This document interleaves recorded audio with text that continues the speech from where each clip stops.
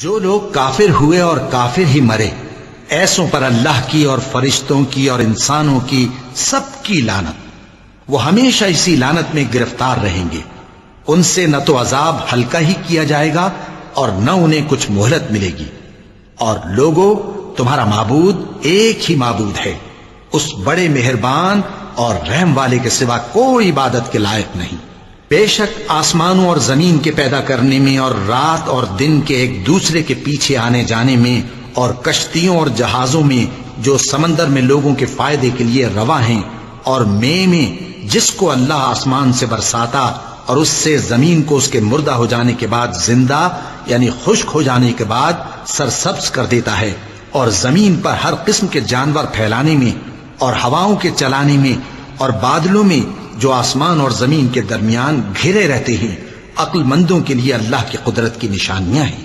اور بعض لوگ ایسے ہیں جو غیر اللہ کو اللہ کا شریک بناتے اور ان سے اللہ کی سی محبت کرتے ہیں،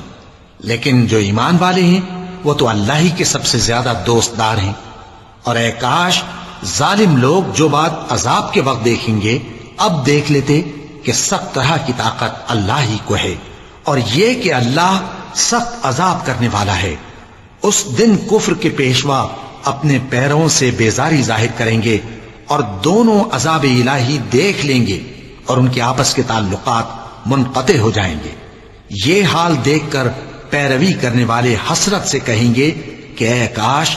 ہمیں پھر دنیا میں جانا نصیب ہو، تاکہ جس طرح یہ ہم سے بیزار ہو رہے ہیں اسی طرح ہم بھی ان سے بیزار ہوں۔ اس طرح اللہ ان کے اعمال حسرت بنا کر دکھائے گا اور وہ دوزخ سے نکل نہیں سکیں گے۔